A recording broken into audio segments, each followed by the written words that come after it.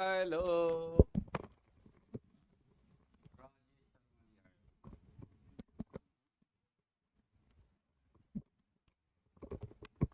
Good evening बच्चों, good evening, good evening, good evening. क्या हाल है? मैं माइक वाइक सेट कर रहा हूँ। ओके।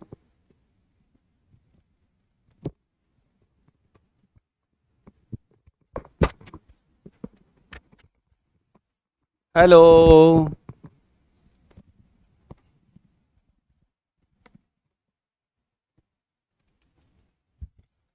हाँ रे मेरे बच्चों, क्या हाल है? Sodium sir, sir today is my birthday. Devansh, ओ खुश रहो मेरे बच्चे, आयुष्मान भवे, आप बहुत अच्छे इंजीनियर बने। सर डिस्कशन लास्ट में करना, वाह क्यों भाई? राम राम गुरुजी, big fan of you and your teaching style. Thank you Rajesh Sharma ji, Ram Ram गुरुजी। सोडियम सर, हाँ ध्रुव गुप्ता बोले लास्ट में करना sir. Please make video on how to make short notes. Okay, ठीक है, ठीक है मेरे बच्चे, ठीक है ना? ओके चलो ठीक है, बहुत बढ़िया सर। ओके, ठीक है मेरे बच्चों, आ जाओ। अब देखो मेरे बच्चों, तो लास्ट क्लास में हम लोग टाइट्रेशन वगैरह के बारे में पढ़ रहे थे। आप बोलोगे यस सर। तो आज हम हमारे आयनिक के क्योंकि हम टाइट्रेशन फिनिश कर चुके हैं मेरे बच्चों। आ, देखो, एक धनुष क्या पूछ रहा है, सर शीट करने के बाद बुक के सारे लेवल करना जरूरी है क्या? नहीं, आपको 11th क्लास में अगर बुक में से लेवल 1 और 4 भी कर लेते हो जनवरी फरवरी तक तो भी काफी है बेटा, है ना? फिर जो लेवल 2 है उसको आपको जेई मेन से एडवांस के बीच में करना चाहिए। ठीक है। हाँ सर, डिस्कशन प्लीज लास्ट में करना। Oh my God. है। ओके। आदित्य प्रकाश, बर्थडे आपके, मैंने आशीर्वाद दे दिया आपको। गॉड ब्लेस यू मेरे बच्चे, आप बहुत अच्छे इंजीनियर बने, सुखी रहें, मस्त रहें। गॉड ब्लेस यू, आयुष्मान भव। ऑन टेस्ट मार्क्स रिलेटेड और scoring best in test and how attempt them. Okay okay okay okay, ठीक है ठीक है ठीक है ठीक है ठीक है ठीक है, ओके ठीक है ठीक है। चलो अब सुनो मेरे बच्चों, लास्ट क्लास में हमने मेरे बच्चों टाइट्रेशन फिनिश कर लिया था। फिर हमने कहा था कि अब अपन प्रॉब्लम्स जो हैं उनका डिस्कशन करेंगे। तो दिवाली से पहले अपन कोशिश कर रहे हैं कि चैप्टर खत्म हो जाए, है ना? ठीक है, चलिए। सर आप नेक्स्ट वीक जा रहे हो तो आज आके, अरे नहीं नहीं नहीं नहीं, अभी तो अपनी आज क्लास है, उसके बाद मंडे क्लास है, फिर वेनेसडे क्लास है। ठीक है ना? बस ये मैक्सिमम हो सकती हैं अपनी क्लासेस, उसके आगे पॉसिबल नहीं है। ओके, ठीक है।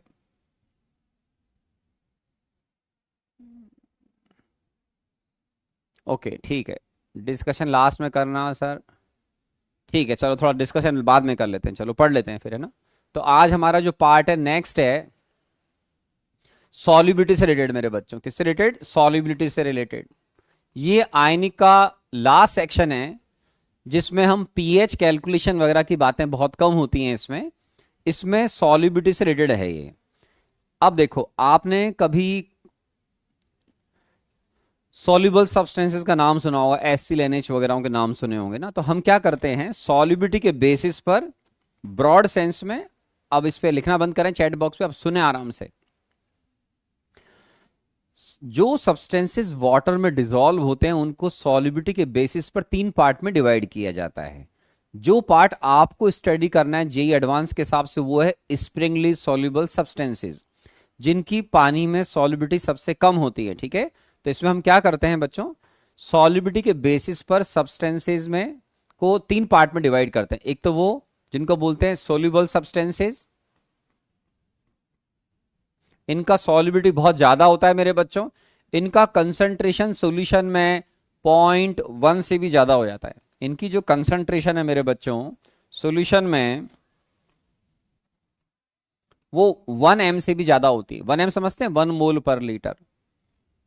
या आप अगर बात करें, नहीं सॉरी, इसको 0.1 ही लेके चलें सोल्यूबल सब्सटेंसेस को, तो ऑलमोस्ट ये कंसंट्रेशन 0.1 ले लें आप, लगभग लगभग इनकी, इससे ज्यादा वालों को ले लेते हैं। फिर एक आता है पार्शियल सोल्यूबल सब्सटेंसेस, ठीक है ना? और पार्शियल सोल्यूबल सब्सटेंसेस,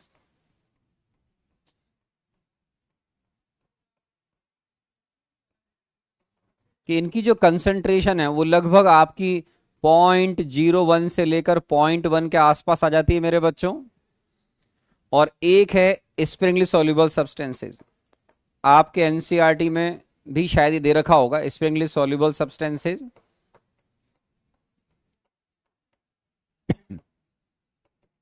इनका कंसंट्रेशन बहुत कम होता है, 0.01 m से भी कम होता है। तो जैसे आप बात करेंगे चैप्टर के इस सेक्शन में मेरे बच्चों, तो यहां पर स्प्रिंगली जो सॉल्युबल सब्सटेंस है इस पर फोकस करना है, बहुत इजी लैंग्वेज में, very less soluble in water, ये पानी में मेरे बच्चों बहुत ही कम डिसॉल्व होते हैं। लिख लो।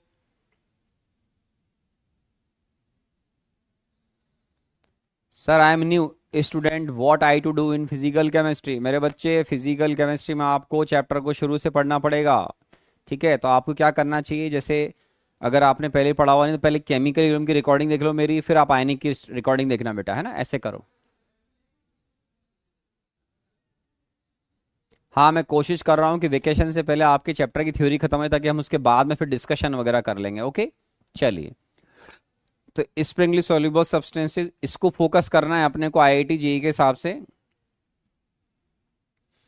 ठीक है। Very less soluble in water. Okay, अब देखिए ये जो सब्सटेंसेस हैं जिनको हम बोलते हैं स्प्रिंगली सॉल्युबल सब्सटेंसेस, इनकी सॉल्युबिलिटी वाटर में काफी कम होती है। ये तो मैंने फिर भी 0.01 लिखा हुआ है, 10⁻⁻⁴ -5 -6 -7 10⁻⁻10 मोल पर लीटर, काफी कम डिजोल्व होते हैं पानी में, ठीक है। तो यहां पर हम बात करेंगे। तो अब हम बात कर रहे हैं स्प्रिंगली सॉल्युबल सब्सटेंस की। जैसे देखो AgCl है, जैसे AgCl is sparingly soluble substance, ठीक है। तो इसका आपके माइंड में पहला इंटरप्रिटेशन जाएगा कि पानी के अंदर बहुत ही कम डिसॉल्व होता है, ठीक है। तो ये पानी के अंदर बहुत ही कम डिसॉल्व होता है। तो इसका मीनिंग क्या होता है मैं समझाता हूं। जैसे मान लो मेरे बच्चों हमने वाटर लिया और उस वाटर के अंदर हमने AgCl के सॉलिड के पार्टिकल को मिलाना शुरू कर दिया, ठीक है। ये AgCl सॉलिड, अब AgCl सॉलिड को जब पानी में मिलाओगे मेरे बच्चों, ये वाटर है, ठीक है। तो यहां पर ये वाटर है आपका। अब आप इसमें AgCl को जब मिलाओगे तो ये सॉल्यूशन में डिसॉल्व होने के बाद AgCl जो एक्वस होता है मेरे बच्चों, ये वाटर में अपने रेस्पेक्टिव आयंस की फॉर्म में एग्जिस्ट करता है। AgCl सॉलिड, आप कुछ कुछ पार्टिकल सॉलिड की तरह मिलाते रहो, सॉलिड पार्टिकल होते हैं AgCl के, मिलाते रहो धीरे धीरे। तो AgCl सॉलिड डिसॉल्व होने के बाद पहले मेरे बच्चों जाएगा AgCl एक्वस में, फिर ये कन्वर्ट होगा Ag प्लस और Cl माइनस में। तो सॉल्यूशन में धीरे धीरे मेरे बच्चों Cl माइनस और Ag प्लस आयंस बढ़ते रहेंगे। क्या रहेंगे? आयंस बढ़ते रहेंगे,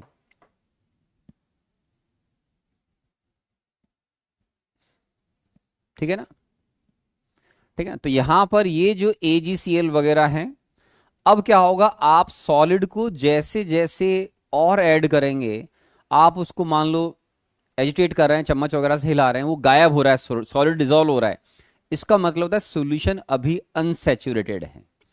आप AgCl को धीरे धीरे पार्टिकल को मिला रहे हो, चम्मच से हिला रहे हो, वो गायब हो रहा है सॉल्यूशन में सॉलिड। इसका मतलब हो रहा है AgCl अभी और डिसॉल्व हो सकता है।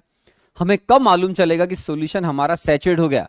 जब AgCl के फ्यू पार्टिकल यहां मेरे बच्चों बॉटम में जाके बैठ जाएंगे, ये बॉटम में जाकर बैठ जाएंगे,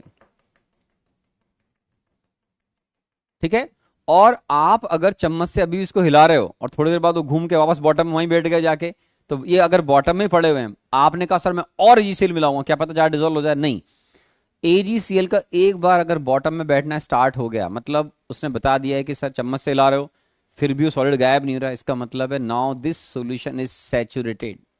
तो आप अगर और AgCl मिलाओगे तो वो और AgCl बॉटम में जाकर बैठ जाएगा मेरे बच्चों, ये बॉटम में जाके बैठ जाएगा। तो ये कौन है? ये है AgCl सॉलिड। अब आप अगर इसको ढक दें, इस बीकर को ढक दो, अब तो यहां पर मेरे बच्चों एक डायनेमिक इक्विलिब्रियम डेवलप हो जाएगा AgCl सॉलिड और उसके रेस्पेक्टिव आयंस के बीच में। आयंस कौन है? Ag प्लस एक्वस और Cl माइनस। फिर दोबारा सुनिए, AgCl सॉलिड वाटर में डिसॉल्व होने के बाद पहले कन्वर्ट हुआ वो AgCl एक्वस में। सिंपल है ना, एक्वस मतलब पानी में डिसॉल्व हो गया, बट ये सॉल्यूशन में अपने आयंस की फॉर्म में रहता है। जैसे NaCl को पानी मिला रहे हो तो वो वाटर में Na प्लस और Cl माइनस की फॉर्म में एग्जिस्ट करता है। ऐसे ही AgCl मॉलिक्यूलर फॉर्म में एग्जिस्ट नहीं करता है, तो वो Ag प्लस और Cl माइनस में कन्वर्ट हो जाएगा। तो इजी लैंग्वेज में यहां AgCl एक्वस नहीं है सॉल्यूशन में है ions Ag plus and Cl minus. Bottom में कौन बैठा हो बेटा? Solid AgCl। ठीक है, तो ये हम जो बात कर रहे थे आपके जेई के हिसाब से ये काम का है। स्प्रिंगली सॉल्युबल सब्सटेंसेस जिनकी कंसंट्रेशन काफी कम होती है, मुझे इनको पढ़ना होता है जेई के हिसाब से। एक बच्चे ने बोला सर स्लाइड दिखा दो थोड़ी सी, है ना? ठीक है ना, चलिए अब यहां पर AgCl Sprüngli soluble substance.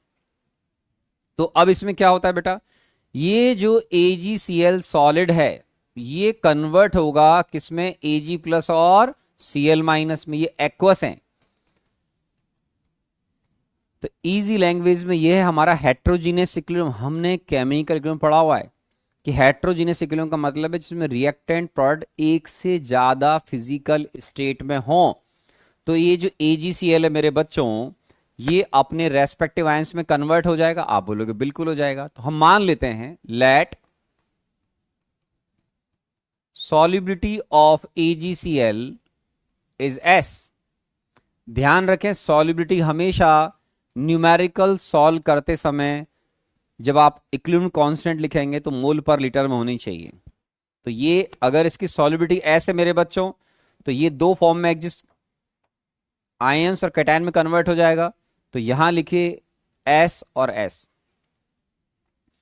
Easy language में जो AgCl डिसॉल्व हुआ जिसकी कंसंट्रेशन आपने S बोली है, वो तो एक्चुअल में मॉलिक्यूलर फॉर्म में एग्जिस्ट कर नहीं रहा है, तो वो कन्वर्ट हो गया Ag प्लस में और Cl माइनस में। तो AgCl नहीं है आपके पास है Ag प्लस और Cl माइनस। तो ये हम बोलते हैं कि सर ये कंसंट्रेशन इक्विलिब्रियम पर आ गई सर, एट इक्विलिब्रियम। ओके, अब आपने केमिकल इक्विलिब्रियम में Kc लिखना सीखा हुआ मेरे बच्चों। जो Kc आप केमिकल इक्विलिब्रियम में बोलते हैं उसको यहां पर हम बोलते हैं KSP। आयनिक में आप देख रहे हो नए नए नाम है, कभी K आ रहा है एसिड के लिए, कभी Kb आ रहा है, कभी सॉल्ट के लिए KH हाइड्रोलिसिस कांस्टेंट आ रहा है। तो यहां नया कांस्टेंट उसका नाम है KSP। KSP ठीक है, किसके बराबर होता है बेटा? Molar concentration of. अच्छा उसमें भी आपके लिख देता हूं मैं, पहली बार पढ़ रहे हो तो क्या कि सर इक्विलिब्रियम पर एक्चुअल में होता क्या है? इक्विलिब्रियम पर एक्चुअल में रेट ऑफ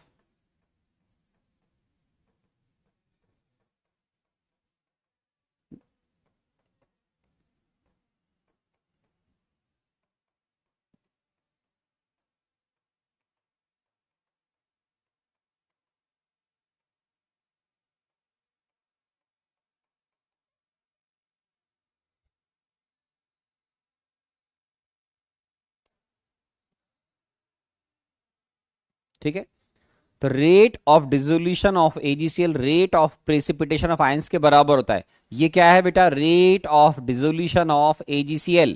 ये क्या है बेटा? Rate of precipitation of ions. तो यहां पर सॉलिड जो बॉटम में बैठा हुआ है AgCl, उसके और आयंस के बीच में डायनेमिक इक्विलिब्रियम डेवलप हो जाता है। तो यहां पर हम जो कांस्टेंट लिखते हैं मेरे बच्चों वो है KSP।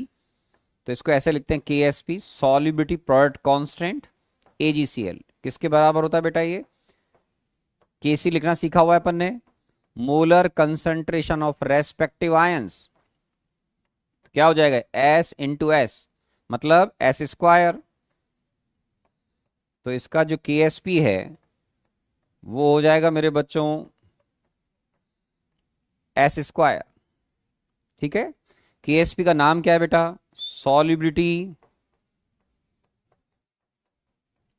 P for product, K for constant. और शॉर्टकट मारना हो तो शॉर्टकट में इसको K तो अंडरस्टूड है कि भाई कांस्टेंट ही होता है, तो इसको हम सिंपल सॉल्युबिलिटी प्रोडक्ट भी बोल देते हैं। अगर आपने कभी भी सॉल्युबिलिटी प्रोडक्ट बोल के छोड़ दिया तो हम समझ जाएंगे आप केएसपी की बात कर रहे हो। और आइडियल बोलना है तो S for solubility, P for product, के फॉर कांस्टेंट। तो पूरा बोलना है तो सॉल्युबिलिटी प्रोडक्ट कांस्टेंट, ठीक है, या शॉर्टकट में सॉल्युबिलिटी प्रोडक्ट। तो केएसपी एजीसीएल का जो हुआ, जो केसी है केमिकल इक्विलिब्रियम में जिसको हम केसी बोलते थे, उसका नाम यहां पर केएसपी है। तो क्या हो गया ये एस स्क्वायर, ठीक है। तो सॉल्युबिलिटी प्रोडक्ट कांस्टेंट आपका हो गया एस स्क्वायर। अगर एग्जाम में आपको केएसपी दिया जाएगा तो उससे सॉल्युबिलिटी निकल जाएगी, और सॉल्युबिलिटी दी जाएगी तो केएसपी निकल जाएगा। लेकिन ध्यान रखना, मैंने पहले भी लिखा हुआ है, एस मस्ट बी इन मोल पर लीटर। इसका आपको ध्यान रखना पड़ेगा। ये हमेशा न्यूमेरिकल सॉल्व करते समय केएसपी से लिंक कर रहे हो तो ये हमेशा मोल पर लीटर में होनी चाहिए। अगर सपोज करो आपको एग्जाम में सॉल्युबिलिटी ग्राम पर एमएल में दे रखी है, ग्राम पर लीटर में दे रखी है, तो मोलर मास से डिवाइड करो तो कन्वर्ट करो पहले मोल पर लीटर में, तब केएसपी निकलेगा, ठीक है। या एग्जाम में केएसपी दे रखा है, तो जैसे मान लो मैं आपको बोल रहा हूं कि सर केएसपी ऑफ एजीसीएल होता है मेरे बच्चों 10⁻⁻10। तो इसका मतलब ये अंडरस्टूड है कि आप अगर केएसपी जो लिख रहे हैं एजीसीएल, वो अगर एस स्क्वायर के इक्वल है, तो ये 10⁻⁻10 एग्जाम्पल लिखकर भाग गया, तो इसका मतलब है सॉल्युबिलिटी आपकी अंडर रूट दिस 10⁻⁻5 मोल पर लीटर आएगी मेरे बच्चों, जिसको आप मोल कॉन्सेप्ट के अंदर मोलारिटी भी बोलते थे। तो 10⁻⁻5 मोल पर लीटर, जिसको आप सॉल्युबिलिटी या मोलारिटी बोलते हैं, वो ये आ जाएगी मेरे बच्चों, है ना। तो ये मोल पर लीटर है। अब मान लो एग्जामिनर ने बोला मुझे सॉल्युबिलिटी आप ग्राम पर लीटर में कन्वर्ट करो, तो मोलर मास को यूज करके इस मोल पर लीटर को आपको ग्राम पर लीटर में कन्वर्ट करना पड़ेगा। बट केएसपी से जब एस और एस से केएसपी निकालने तो एस मस्ट बी इन मोल पर लीटर, ठीक है। जब तक कोई इंफॉर्मेशन ना हो अपने को हमेशा ऐसा करना है। लिख लिया मेरे बच्चों। तो ये आपका सॉल्युबिलिटी से रिलेटेड पार्ट है, इक्विलिब्रियम से रिलेटेड बात हो रही है। बड़ा आसान है केएसपी वगैरह को सुनना, केसी नाम है, केसी का नाम इस चैप्टर में केएसपी हो गया, ठीक है। अब इसमें अगर मान लो आपने जैसे केमिकल इक्विलिब्रियम के अंदर रिएक्शन कोशिएंट एक वर्ड पढ़ा था, आप बोले रिएक्शन कोशिएंट, हाँ सर पढ़ा था। तो ऐसे ही यहां पर भी हम एक नया वर्ड है उसको बोलते हैं आयन प्रोडक्ट या आयनिक प्रोडक्ट। तो आगे चलते हैं, ये भी लिख लिया होगा मेरे बच्चों। ओ ये तो मैंने पहले ही बता दिया भाई साहब, क्यूआर कोड है, आराम से यूट्यूब चैनल ज्वाइन कर सकते हैं, लिंक दे रखा है। कम से कम क्लास में 3 बार बता दिया भाई साहब पहले। समझदार बच्चों को इसकी इंपॉर्टेंस कुछ महीनों बाद समझ में आ जाएगी, ठीक है। चलिए वापस यहां आ जाओ मेरे बच्चों। अब देखिए एक टर्म होती है जिसको हम बोलते हैं क्यू। क्यू भी इस रिएक्शन का लिखा जाएगा Ag plus into Cl minus. आप बोलोगे ठीक है सर, इस Q का नाम केमिकल इक्विलिब्रियम में था रिएक्शन कोशिएंट। आप बोलोगे यस सर। तो यहां जो Q है, वेयर Q के क्या क्या नाम है बेटा, Q को हम बोलते हैं Q, या तो आपने पढ़ा है रिएक्शन कोशिएंट, और या फिर इसका इस चैप्टर में नाम होता है आयनिक प्रोडक्ट या ions product. Ionic product AgCl के जो आयंस हैं उनकी कंसंट्रेशन का जो मल्टीपल होगा किसी भी टाइम टी पर, वो रिएक्शन कोशिएंट होगा। हमने केमिकल इक्विलिब्रियम में पढ़ा हुआ है, Q को जब K से कंपेयर करें 3 ही बातें होती हैं, Q की वैल्यू K से कम हो, Q की वैल्यू K के बराबर हो, Q की वैल्यू K से ज्यादा हो। यहां पर भी लगेगा। फर्क क्या है, ये कंसंट्रेशन होती है बच्चों टाइम टी पर, ये क्या है दोनों, ये है concentration at time T, not necessarily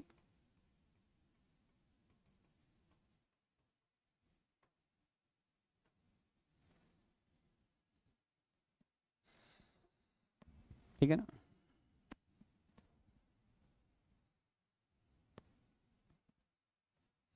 ठीक है, तो concentration at time T not necessarily at equilibrium, ये होता है किसी भी टाइम टी पर होती है आयंस की कंसंट्रेशन, जरूरी नहीं कि इक्विलिब्रियम पर हो। इसीलिए हम Q का कंपैरिजन K से 3 केस में करते हैं।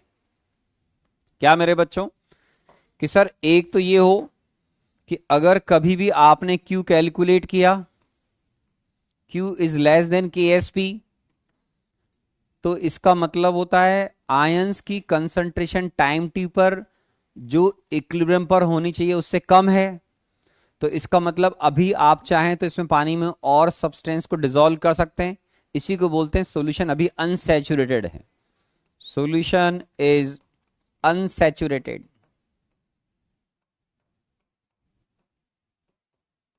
सॉल्यूशन इज अनसैचुरेटेड, ठीक है। और अगर एग्जामिनर पूछता है कि बताओ भाई क्या इस समय पर प्रेसिपिटेशन होगा, तो आप बोलोगे कहां सर, अभी कौन सा प्रेसिपिटेशन, अभी तो आप चाहें तो इसमें और एजीसीएल सॉलिड को डिसॉल्व कर सकते हैं, तो इसको बोलते हैं नो प्रेसिपिटेशन।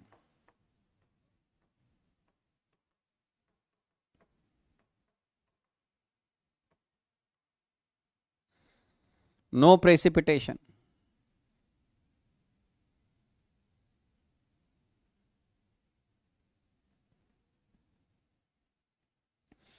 तो solution is unsaturated, no precipitation, ठीक है। और मान लो बच्चों अगर दोनों बराबर हो गए,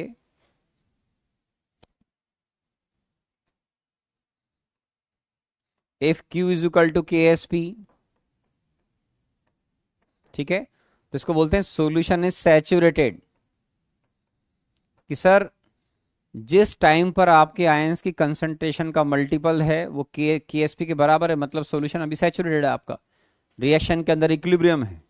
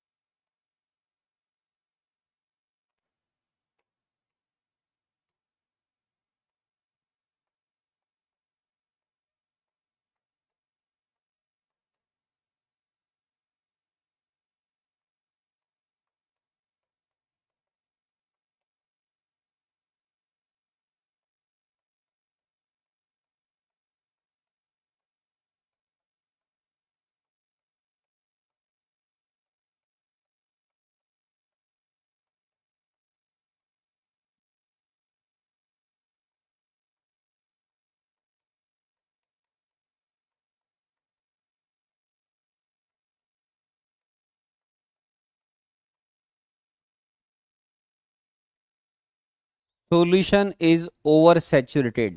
तीनों कंडीशन आ सकती हैं सर।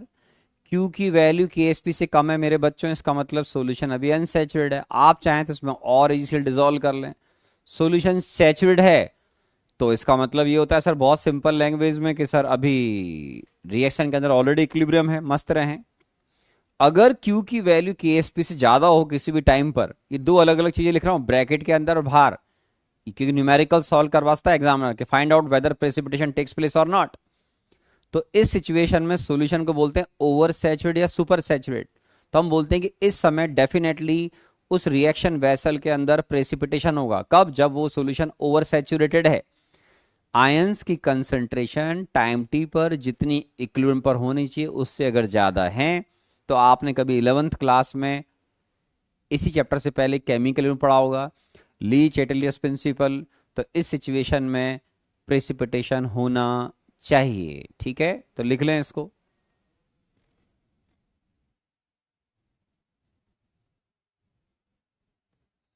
ठीक है ना।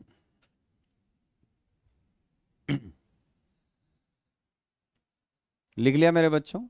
अब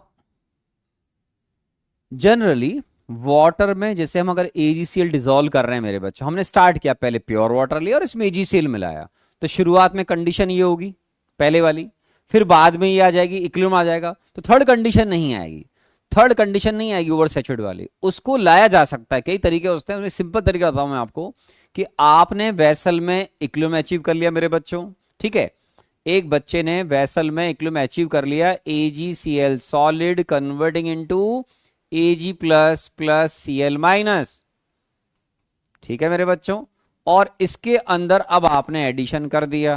क्या कर दिया? एडिशन कर दिया। एडिशन ऑफ मान लो आप silver ion AgCNO3 aqueous add कर रहे हैं, या आप इसमें KCl ऐड कर रहे हैं। आयनिक पढ़ के आ रहे हो आप, काफी बड़ा पोर्शन में आयनिक का कवर कर लिया। सिल्वर नाइट्रेट का मतलब Ag प्लस और NO3 माइनस, या KCl का मतलब K प्लस और Cl माइनस। तो आप उसी इंस्टेंट पर सिल्वर आयन बढ़ जाएगा अगर इसको ऐड करोगे तो, और अगर इसको ऐड करोगे तो Cl माइनस बढ़ जाएगा। तो इक्विलिब्रियम पर जो यहां पर जो इक्विलिब्रियम है उस पर अगर आपने इन दोनों सॉल्यूशन में से किसी की भी एक ड्रॉप भी मिला दी तो उसी इंस्टेंट पर सॉल्यूशन में Ag प्लस या Cl माइनस बढ़ जाएगा। तो वो सॉल्यूशन उस सिचुएशन में ओवर सैचुरेट हो जाएगा। क्या हो जाएगा? सॉल्यूशन ओवर सैचुरेट हो जाएगा। Solution will be over saturated. और अगर ऐसा हुआ मेरे बच्चों तो इस इक्विलिब्रियम को थोड़ी देर में किधर जाना पड़ेगा? बैकवर्ड, क्योंकि आयंस की कंसंट्रेशन बढ़ जाएगी, प्रोडक्ट बढ़ गया, तो ये इक्विलिब्रियम के बैकवर्ड आने का मतलब है AgCl का प्रेसिपिटेशन बढ़ता जाएगा। मान लो कोई बच्चा नहीं मान रहा है, वो सिल्वर नाइट्रेट को ड्रॉप बाय ड्रॉप ऐड किए जा रहा है, तो सॉल्यूशन में सिल्वर बढ़ता जा रहा है, तो इक्विलिब्रियम बैकवर्ड जाएगा, तो सॉलिड AgCl की क्वांटिटी आपके वेसल के अंदर बढ़ती चली जाएगी। ठीक है ना? तो इस सिचुएशन को हम बोलते हैं सॉल्यूशन इज ओवर सैचुरेट कर दिया आपने, तो अनडाउटेबली वो प्रेसिपिटेशन होना इस केस में जरूरी है, होगा। ठीक है?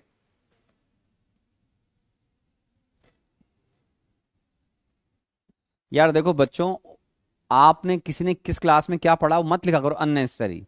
क्लास में आप डिस्टरबेंस क्रिएट करते हो। मैंने आपसे नहीं पूछा है कि आपने क्या सुना क्या पढ़ा, डोंट माइंड प्लीज, लेकिन समझो इस चीज को। यही प्रॉब्लम है ऑनलाइन ऑफलाइन में। ऑफलाइन पढ़ा क्या रहा हूं मैं, वो चुपचाप सुनते, पिन ड्रॉप साइलेंस, वो चक्कर चक्कर नहीं करते रहते, मतलब लिख रहे टाइप कर रहे हैं, हमने इस क्लास में पढ़ा, हमने वो पढ़ा, हमने ऐसा सुना, हमने वैसा सुना। अरे क्या फालतू बातें हैं यार। तुम जितने टाइप करोगे फालतू में, इतने अक्षर लिखोगे, उससे सुनो लेक्चर को, एडवांटेज मिलेगा। कभी भी इसीलिए ऑनलाइन के बच्चे टॉपर्स में कन्वर्ट नहीं हो पाते हैं, अच्छे टॉपर्स में बहुत मुश्किल पड़ता है, क्योंकि उन्हें कंसंट्रेशन का लेवल नहीं है। वो कुछ सोच रहा है, उसने पहले क्या पढ़ा हुआ है सुना हो, टीचर को ढंग से सुनता ही नहीं है, तो नहीं सुनोगे दिक्कत आएगी, very simple.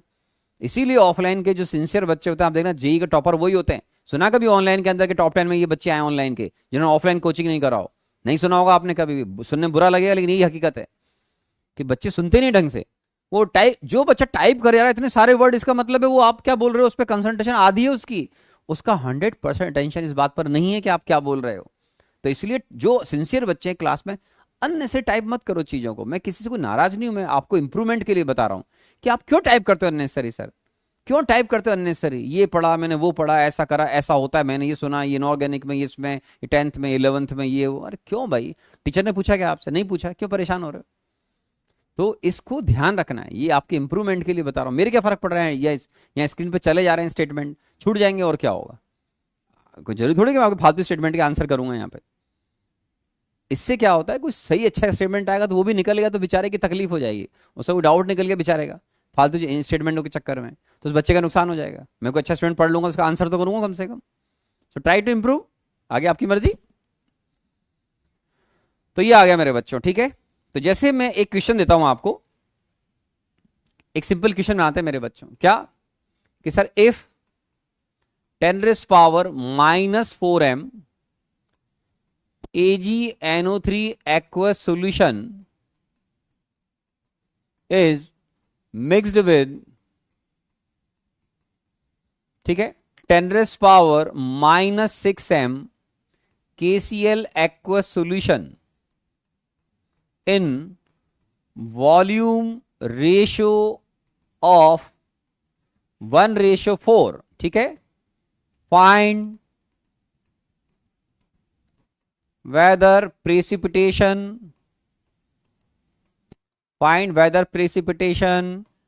takes place or not। ठीक है मेरे बच्चों, मालूम करना है। और आपको दे रखा है, गिवन है क्या, KSP ऑफ AgCl 10⁻⁻10। ठीक है मेरे बच्चों? तो दो सॉल्यूशन है, एक सिल्वर नाइट्रेट का और KCl का सॉल्यूशन, दोनों की कंसंट्रेशन दे रखी है, दोनों को मैंने 1:4 में मिलाया। अभी बिल्कुल कॉन्सेप्चुअल प्रॉब्लम है, लेकिन ऑनलाइन के बच्चे इस प्रॉब्लम को भी सॉल्व नहीं करते हैं, बिकॉज मैं जानता हूं, ये समझ रहे हो आप, कंसंट्रेशन का लेवल खराब होने से बहुत फर्क पड़ जाता है। आप करो सॉल्व, देखें इसको। सारे बच्चे नहीं करते इस प्रॉब्लम को सॉल्व, उन्होंने कहा ऐसा थोड़ी होता है सर, आप करो, हम तो देख रहे हैं। करो सॉल्व इसको।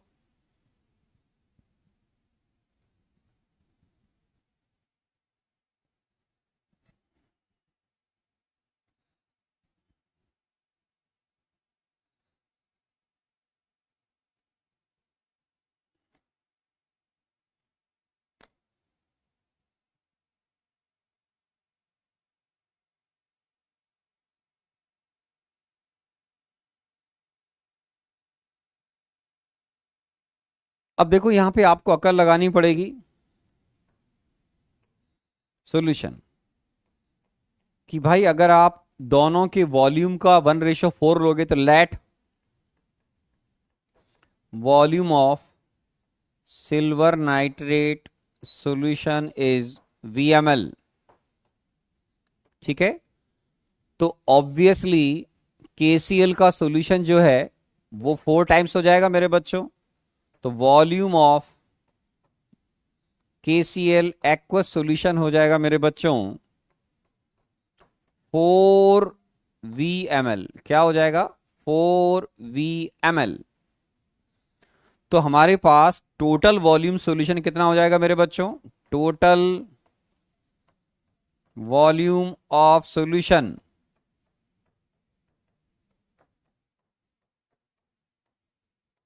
5V। क्या हो जाएगा? 5V। तो आपको दिमाग लगाना है कि सर सिल्वर नाइट्रेट का मतलब हो गया Ag+ और NO3-, और KCl का मतलब है K+ और Cl-।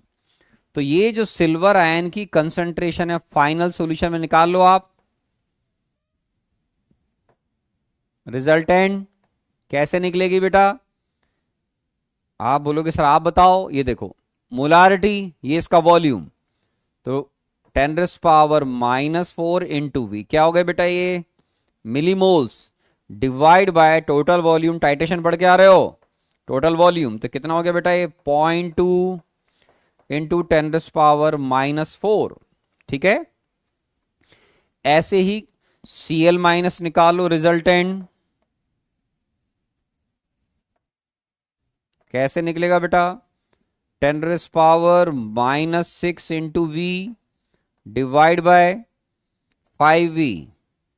ये 4V हो जाएगा बेटा, 4 टाइम्स था। आप बोलोगे हाँ सर 4 टाइम्स, तो 0.8 इंटू 10⁻⁻⁶। आप बोलोगे ये भी सही है सर, है ना? तो आप अगर ध्यान नहीं दोगे, दोनों को मल्टीप्लाई करोगे 10⁻⁻10 आ जाएगा KSP के बराबर। लेकिन आपने वॉल्यूम रेशियो लिया 1:4, तो दिमाग लगाओ। तो दोनों आयंस की फाइनल सॉल्यूशन में कंसंट्रेशन आ गई, बिकॉज आपने क्या मिक्स किया था बेटा? सिल्वर नाइट्रेट और KCl का सॉल्यूशन। तो इन दोनों को मिक्स करने से सॉल्यूशन का टोटल वॉल्यूम हो गया 5V। तो दोनों आयन की हमने फाइनल सॉल्यूशन में कंसंट्रेशन निकाल ली। KSP ये रहा बेटा। तो अब हम क्या करेंगे? अब हम निकालेंगे Q। तो Q क्या हो जाएगा बेटा? तो Q आपका क्या हो गया? Q is equal to Ag+ into Cl-। निकाल लो भाई साहब। तो Q क्या हो गया बोलो? 0.2 इंटू इसको मल्टीप्लाई करो 0.8 इंटू 10⁻⁻10। तो Q का वैल्यू कितना हो गया? 0.16 इंटू 10⁻⁻10, या ऐसे बोल लो 1.6 इंटू 10⁻⁻11। तो सर ये जो वैल्यू है मेरे बच्चों, सॉल्व करने से पता लगा कि सर ये Q की जो वैल्यू है वो KSP से कम है। तो इसका मतलब है no precipitation in this situation, no precipitation takes place. ये जो आयंस सॉल्यूशन में सॉलिड की फॉर्म में बैठने चाहिए, नहीं बैठेंगे, क्योंकि Q की वैल्यू KSP से कम आई है। अगर ये ज्यादा आती मेरे बच्चों तो हम बोलते प्रेसिपिटेशन होगा। मान लो ये एग्जामिनर ने 10⁻⁻5 दिया होता, तो फिर यहां पर 10⁻⁻5 होता, तो फिर ये वहां पर 1.6 10⁻⁻10 होता, तो प्रेसिपिटेशन हो जाता। तो आपको कैलकुलेट करके देखना पड़ता है, डायरेक्ट ऐसे आंसर नहीं देते। ठीक है, तो इस तरीके से हम मालूम कर सकते हैं कि हमारा जो सॉल्यूशन है वो आपका जो सॉल्यूशन है, ठीक है, उसमें प्रेसिपिटेशन होगा या नहीं होगा, ये पता लगा सकते हैं। ठीक है, अब कभी कभी एग्जामिनर आपको प्रॉब्लम हाइपोथेटिकल भी दे सकता है, उसमें भी आपको समझना पड़ेगा। कैसे सिखाता हूं, मान लो कोई सॉल्ट है ए बी, ठीक है, ये लिख लो आराम से।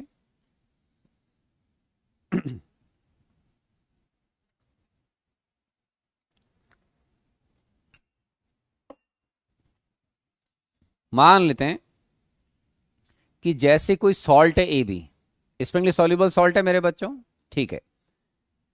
अब ये सॉल्यूशन में डिसॉल्व हो रहा है और आपको ये जो स्प्रिंगली सॉल्युबल सब्सटेंस है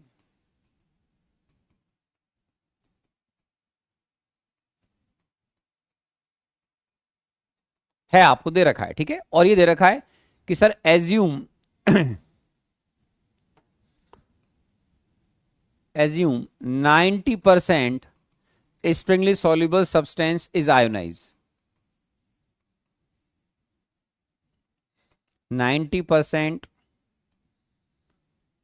of sparingly soluble substance is ionised. मेरे बच्चों ये 90% जो है वो आपका स्प्रिंग सॉल्युबल आयोनाइज है। अब बोलता केएसपी निकालो, ठीक है, फाइंड केएसपी। अब इस सिचुएशन में हमको केएसपी निकालना है, तो यहां पर आपका थिंकिंग प्रोसेस चलना चाहिए क्या, कि सर ये जो ए बी है ये डिसॉल्व होगा पहले। तो जैसे मान लो let solubility of A B is S. S किस में होती है बेटा, सिखा रखा है मोल पर लीटर में। तो इसका मतलब ये होता है कि एग्जामिनर मानकर चल रहा है कि 10% जो सब्सटेंस है ए बी वो मॉलिक्यूलर फॉर्म में रह गया है।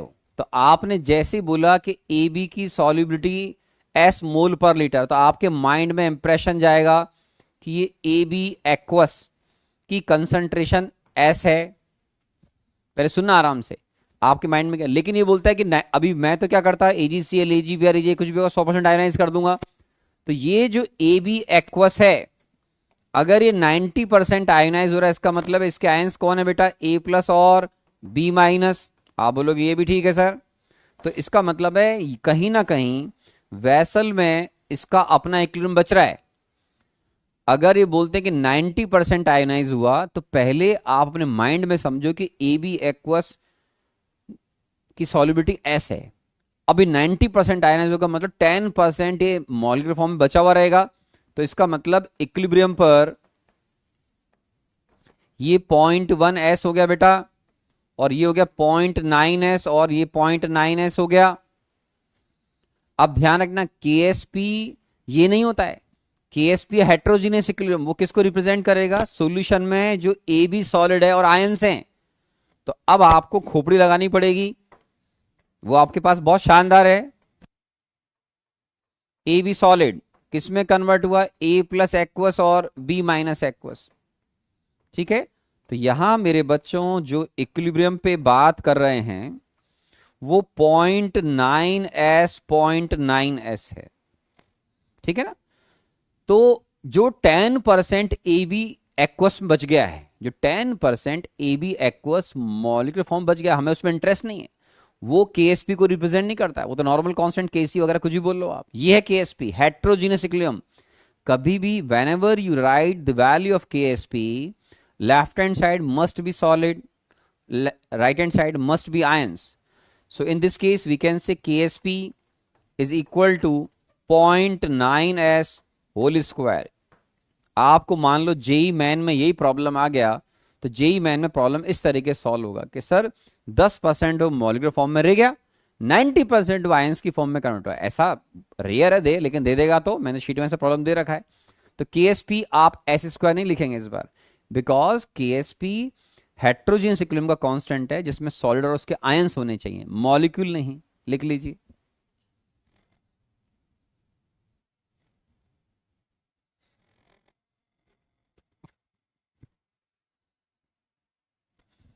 ठीक है मेरे बच्चों, तो ये हम बात कर रहे थे स्प्रिंगली सॉल्युबल सब्सटेंस की।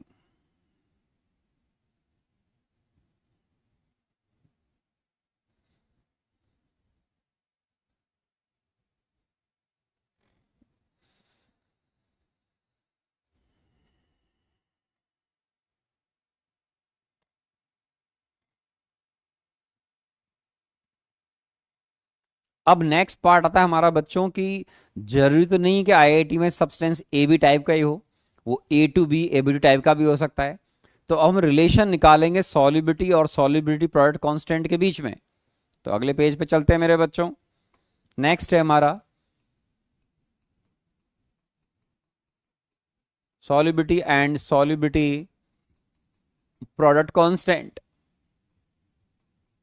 ठीक है, इसके बीच में बात करेंगे।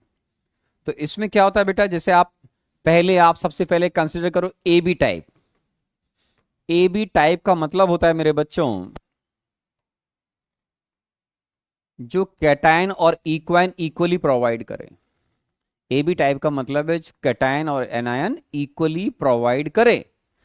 जैसे आपने अभी एजीसीएल का नाम सुना, एजीआई का नाम सुनो, मान लो स्ट्रोंशियम सल्फेट का नाम सुना, ठीक है ना, या आपने कोई और कार्बोनेट के नाम सुने, तो इनको बोलते हैं ए बी टाइप।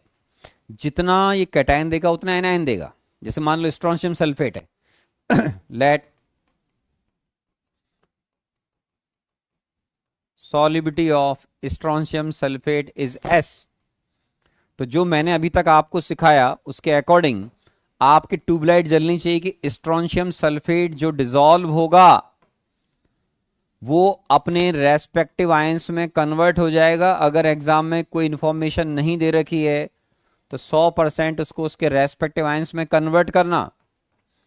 तो इसको पहले ऐसे समझो कि आपके दिमाग में बत्ती जलेगी, ट्यूबलाइट जलेगी कि अगर मैं सॉल्युबिलिटी को एस बोल रहा हूं तो इसका मतलब है स्ट्रोंशियम सल्फेट की कंसंट्रेशन सॉल्यूशन में हो गई एस।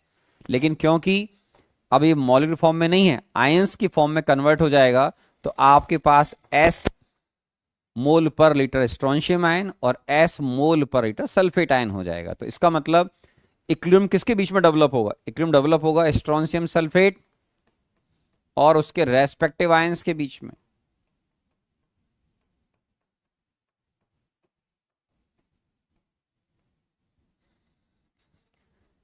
ठीक है, तो आपने बोला लेट सॉल्युबिलिटी इज एस, तो ये एस और ये एस, तो ये हमारा हेट्रोजीनियस इक्विलिब्रियम होता है सॉलिड और उसके आयंस के बीच में।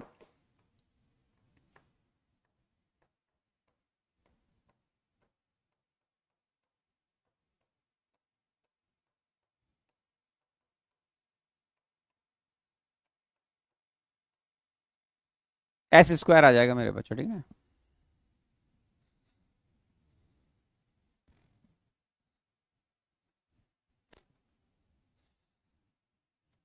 ठीक है, तो जब तक एग्जाम में इंफॉर्मेशन नहीं होगी वो जो भी सब्सटेंस वाटर में डिसॉल्व हो रहा है एस मोल पर लीटर, तो उसको 100% आयनाइज करना है। पिछली बार हाइपोथेटिकली हमने कहा 90% आयनाइज हो रहा है तो 10% बच गया हो।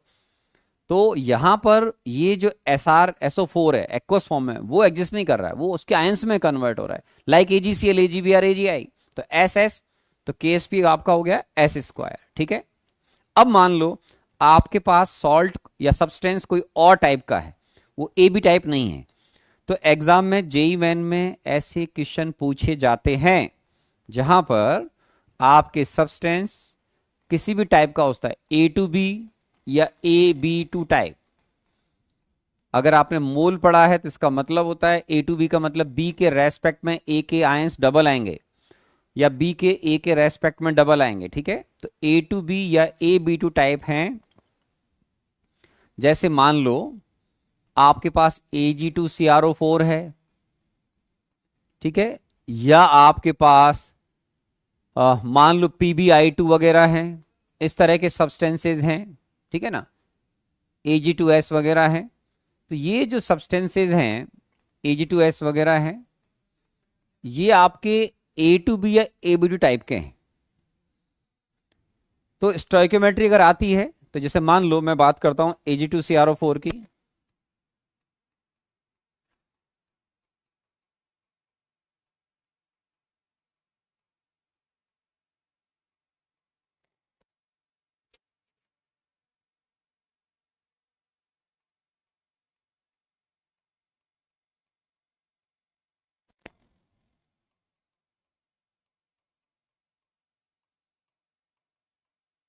ठीक, तो अगर आप Ag2CrO4 की सॉल्युबिलिटी को अगर S बोल रहे हैं, क्या बोल रहे हैं, S बोल रहे हैं, तो अब बार बार तो लिखेंगे नहीं अपन, हमारे सर में चलेगा, खोपड़ी में, माइंड में, कि Ag2CrO4 सॉल्यूशन में डिजोल्व होने के बाद उसकी कंसंट्रेशन S मोल पर लीटर हो गई। अब वो ब्रेक हो गया तो 2:1 में कैटायन आयन को प्रोवाइड करेगा। तो अगर आप सॉल्युबिलिटी को S बोल रहे हो तो ये क्या हो जाएगा 2S, और ये क्या हो जाएगा S। तो आप लिखिए यहां पर एट इक्विलिब्रियम ऐसा हो जाएगा सर।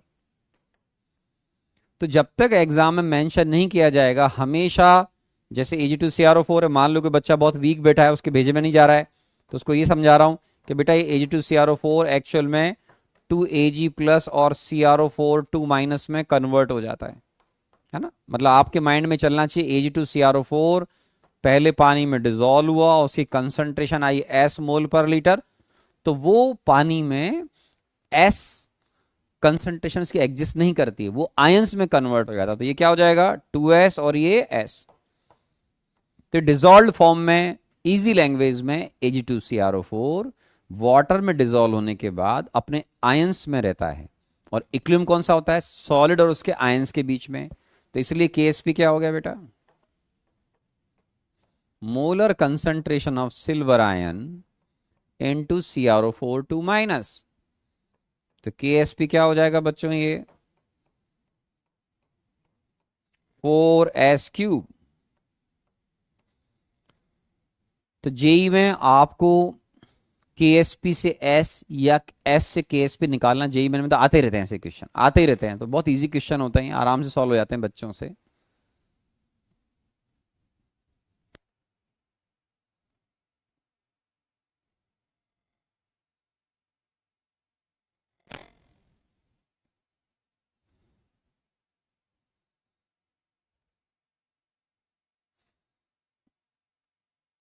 ऐसे ही मान लीजिए हमारे पास कोई और तरह का सॉल्ट है, जैसे मान लीजिए आपके पास A3B या AB3 टाइप का है।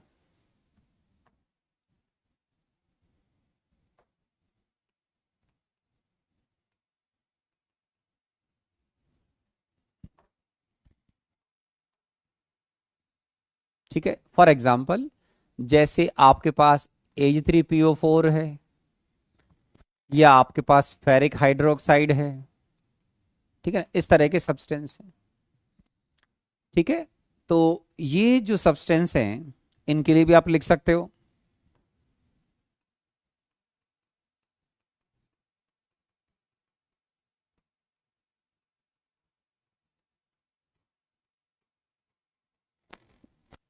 आप खुद भी ट्राई कर सकते हैं, क्या आएगा।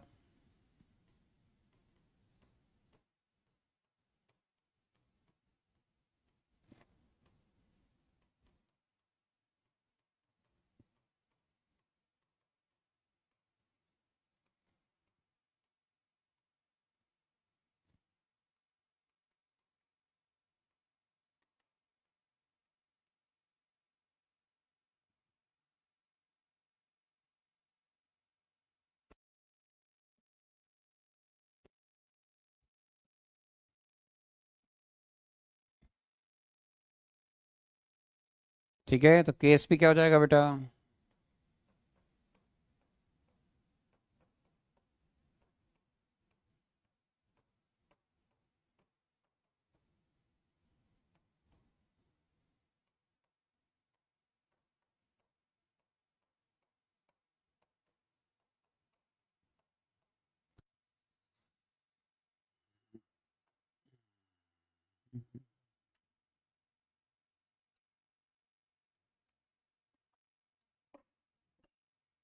तो ये आ जाएगा 27S4। ठीक है,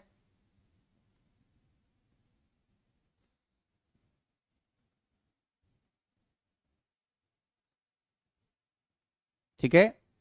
अब मैं आपको ऐसे देता हूं, खुद ही पहचानो किस तरह का सब्सटेंस है, सॉल्ट है, और उसका केएसपी क्या आएगा। ओके, लिख लो इसको पहले आराम से। मान लीजिए मैंने आपको दिया बेटा स्ट्रोंशियम फॉस्फेट का, लिख के बताओ। ठीक है, सोचो क्या आएगा, स्ट्रोंशियम फॉस्फेट, सॉरी।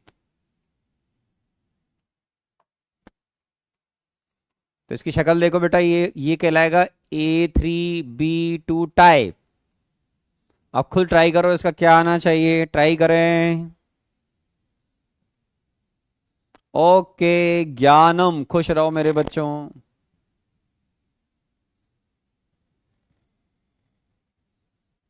लिखो मेरे प्यारे बच्चों, क्या है करे, ट्राई करो। पहले बेटा उस सब्सटेंस को उसके रेस्पेक्टिव आयंस में कन्वर्ट कर दो। 3Sr2 plus 2PO4 3 minus aqueous.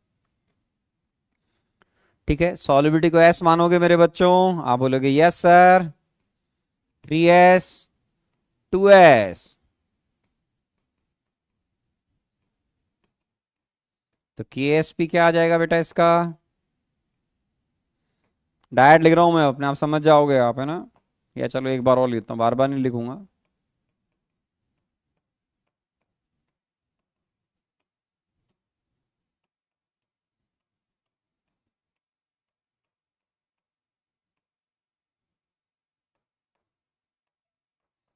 $108S5 check कर लेना बिट्टू, ठीक है।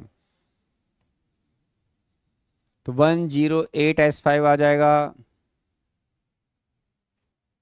ओके, तो जेई मैन में मेरे बच्चों, जेई मैन में कई प्रॉब्लम्स ऐसे आते हैं जिसमें वो केएसपी देते हैं, तो एस एस देंगे तो केएसपी निकलवाते हैं। आने वाले टाइम में मैं आपको जो डीपीपीज वगैरह प्रोवाइड करवाऊंगा, डीपीपी वगैरह दूंगा आपको, तो उसके अंदर जेई मैंने क्वेश्चन दूंगा बहुत सारे, जो पिछले 2-4 सालों में आए होंगे ना। तो आप ट्राई करेंगे, आप बोलोगे सर जेई मैन में इजी क्वेश्चन आते हैं, बिल्कुल आते हैं सर, कॉन्सेप्चुअल आते हैं, है ना। और लिखो सर, मान लीजिए आपको एक सब्सटेंस दे रखा है AXBY और इसकी सॉल्युबिलिटी है S मोल पर लीटर में, ठीक है। इसका एक्सप्रेशन लिखो S की टर्म में, सारे बच्चे खुद लिखे, ट्राई करेंगे। AXBY एक स्प्रिंगली सॉल्युबल सब्सटेंस है जिसकी सॉल्युबिलिटी S मोल पर लीटर है। इसका KSP का एक्सप्रेशन खुद बनाओ। अब क्या आएगा लिखो अपने आप, ये जेई एडवांस में आया हुआ क्वेश्चन है, जेई एडवांस में आया क्वेश्चन है, लिखो। हाँ बहुत बढ़िया बेटा।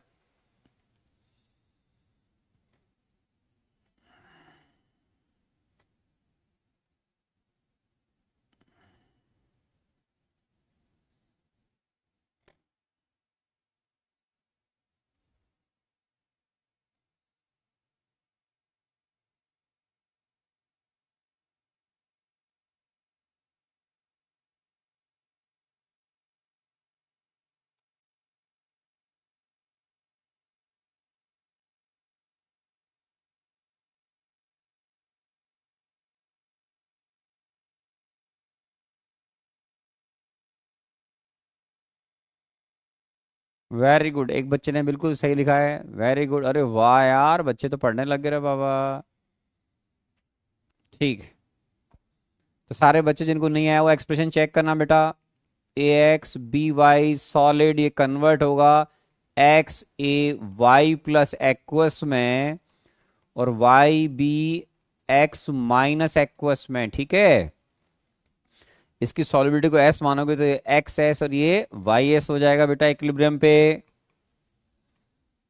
तो इसका KSP क्या हो गया मेरे बच्चों, KSP हो गया XS की पावर X और YS की पावर Y। तो ये बच्चों का आना चाहिए X raise to the power X, Y raise to the power Y, S raise to the power X plus Y, ये आना चाहिए मेरे बच्चों। और आपको जान करके अच्छा लगेगा कि जेई एडवांस में पूछा गया था, जेई एडवांस में पूछा गया था, जो मैं समझता हूँ काफी बच्चों ने सही कर दिया होगा। तो बोलेंगे नहीं नहीं सर, हम भी थोड़ा कोशिश कर रहे हैं, ठीक है।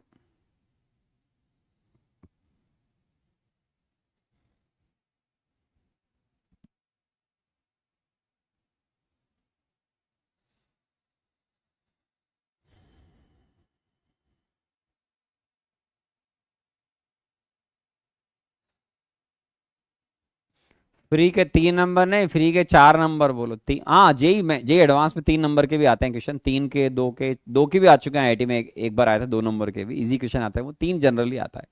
मैन में 4 नंबर का भाई साहब, ठीक है। तो ये भी ठीक है सर।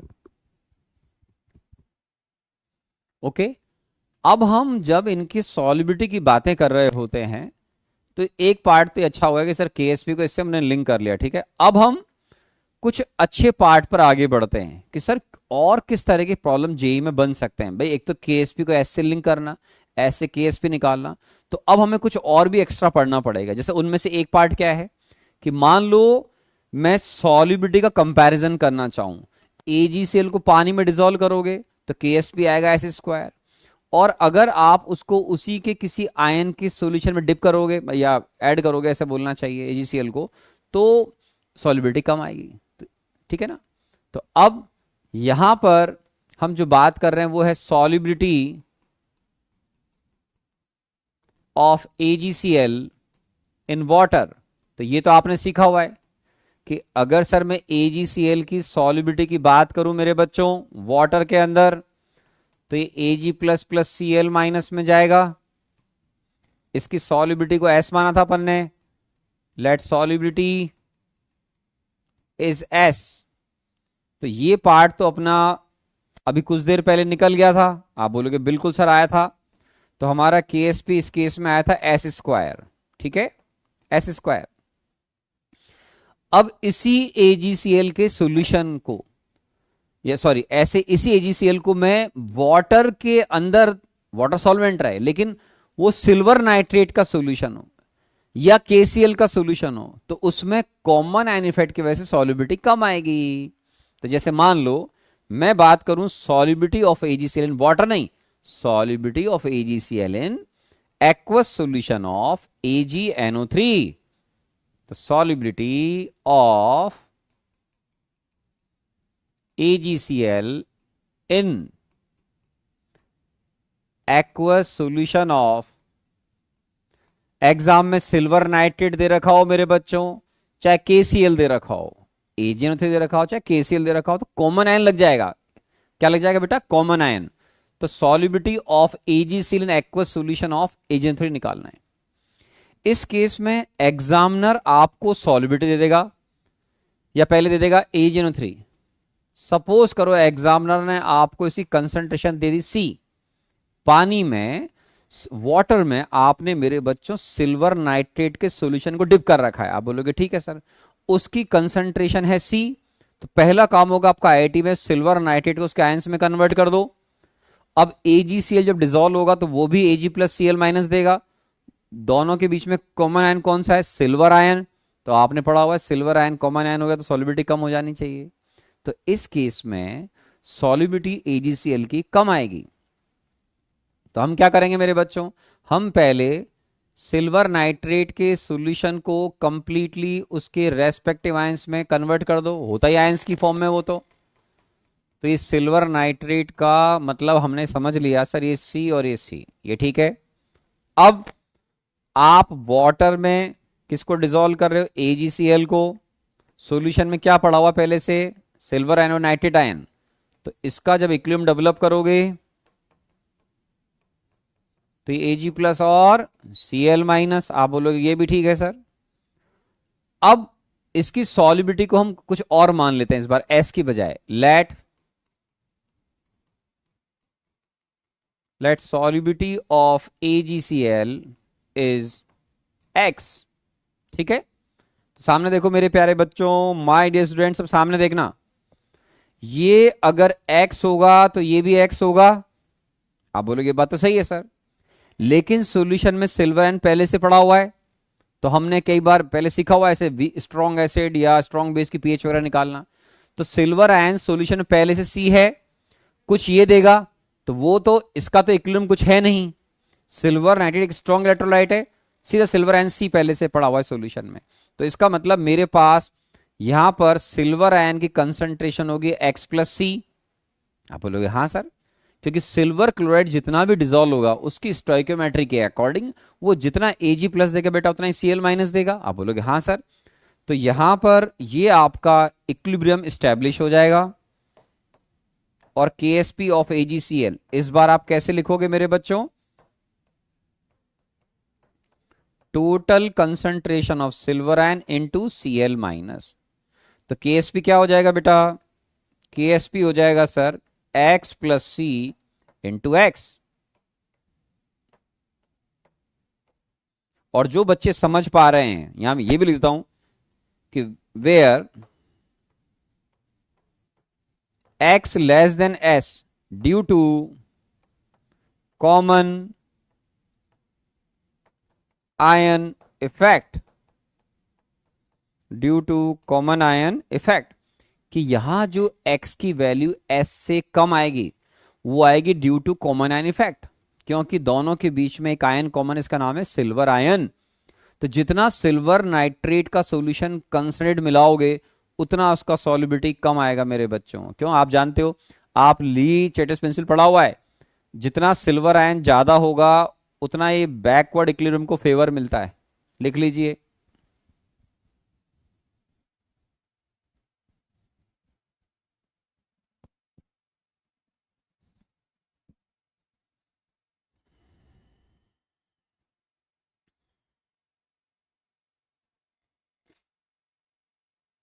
हाँ, एक बच्चा बोल रहा है कि सर मैं क्लास के साथ नोट्स नहीं बना पाता हूं। तो बेटा नहीं बना पा रहे तो फिर पीडीएफ तो देखा करो, कम से कम पीडीएफ को देखकर बाद में बना लो मेरे प्यारे बच्चे। और तो क्या बोलूं मैं, बताओ। और वो भी बस की बात नहीं है आपके, बहुत बिजी हो, मान लो आप स्कूल में, यहाँ पे सब जगह टाइम नहीं है आपके पास, तो फिर भाई पीडीएफ से ही पढ़ो, और तो क्या करें। नहीं हो गया मेरे बच्चों? अब इस पर जैसे एक प्रॉब्लम बन सकता है, इस पर एक प्रॉब्लम बन सकता है, मैं आपको फील करा सकता हूं कि सॉलिबिलिटी इसकी कम आएगी AgNO3 के सॉल्यूशन में। या कल को KCl दे रखा होगा मेरे बच्चों, कल को KCl लेंगे तो कॉमन आयन यहां की जगह ये हो जाएगा, एक्सप्रेशन तो वही रहेगा। तो जैसे देखो, आप वाटर में बात करते हैं अपन, कि वाटर के अंदर अगर हम बात करें तो KSP ऑफ AgCl होता है मेरे बच्चों 10⁻⁻10। ठीक है? तो प्योर वाटर में तो इसकी सॉल्युबिलिटी आएगी √KSP 10⁻10, मतलब 10⁻5 मोल पर litre in pure water, in pure water. ठीक है? प्योर वाटर में AgCl की सॉल्युबिलिटी ये आनी चाहिए, पढ़ा हुआ है अपन ने। अब मैं क्वेश्चन नया दे रहा हूं। क्या नया क्वेश्चन है मेरे बच्चों? Calculate solubility of AgCl in 0.01 m silver nitrate aqueous solution. ये लीजिए, और आपको एग्जाम में दिया होगा गिवन, वही जो ऊपर लिखा हुआ बेटा, KSP ऑफ AgCl 10⁻10। ठीक है?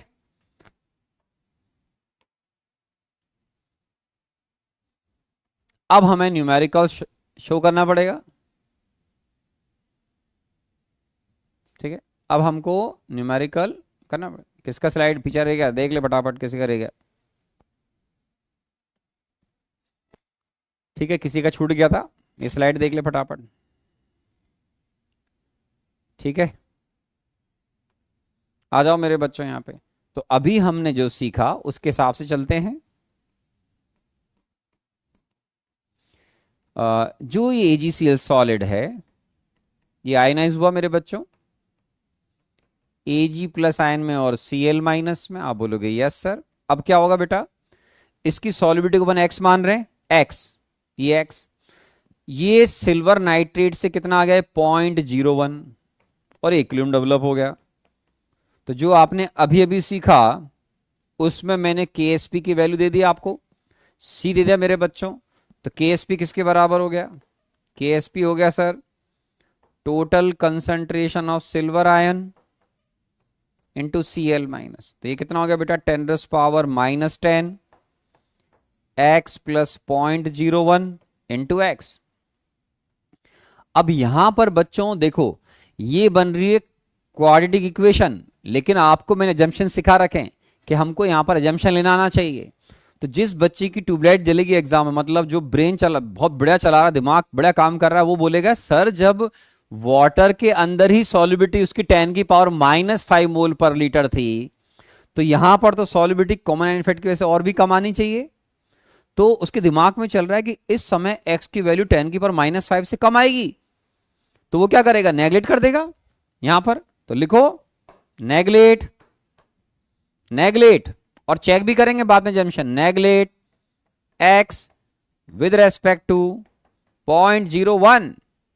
तो यहां पर मेरे बच्चों आप नेगलेक्ट कर दोगे तो क्या हो जाएगा, कि एस पी 10⁻10 0.01 इंटू एक्स। तो यहां से x की वैल्यू आएगी मेरे बच्चों 10⁸, ठीक है। और आपने जो एजम्पशन लिया था, आपने एग्जाम में बेटा एजम्पशन जरूर लेना चाहिए आयनिक में, लेकिन एजम्पशन लेने के बाद उसको चेक जरूर कर लो। तो हमने जो एजम्पशन लिया उसके अकॉर्डिंग आपने 0.01 के रेस्पेक्ट में x को नेगलेक्ट किया, तो x वास्तव में नेगलेक्ट हो रहा है और ये बहुत कम वैल्यू है 0.01 के रेस्पेक्ट में। तो हमारा जो आंसर है वो हो गया सर 10⁻⁸। तो वाटर में उसकी सॉल्युबिलिटी आती प्योर वाटर में 10⁻⁵। यहां हाल फिलहाल इस डेटा के अकॉर्डिंग आ रही 10⁻⁸। 1000 टाइम्स सॉल्युबिलिटी कम हो गई है due to common ion effect. तो जो डेटा सिल्वर नाइट्रेट का होगा उसके अकॉर्डिंग सॉल्युबिलिटी निकलेगी। आप इसको जितना ज्यादा करोगे कंसंट्रेशन को, कॉमन इफेक्ट बढ़ जाएगा, सॉल्युबिलिटी और कम हो जाएगी। Very simple. तो लिख लीजिए इसको भी।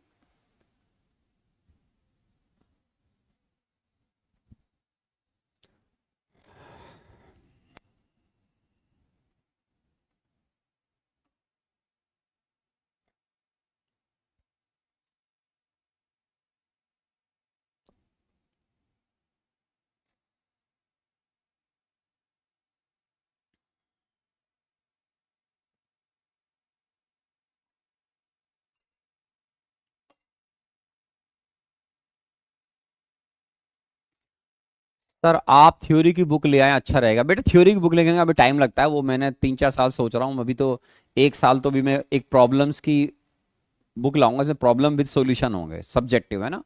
फिर मैं लाऊंगा प्रॉब्लम बुक। अभी मैं 1 साल आपका पहले कोर्स करा दूं आईआईटी का, है ना, अगले साल भगवान ने चाहा तो कोर्स करा दूं, फिर उसके बाद मैं थ्योरी की बुक लिखना शुरू करूंगा। ओके चलिए, अब मेरे बच्चों अपन डिस्कशन करेंगे।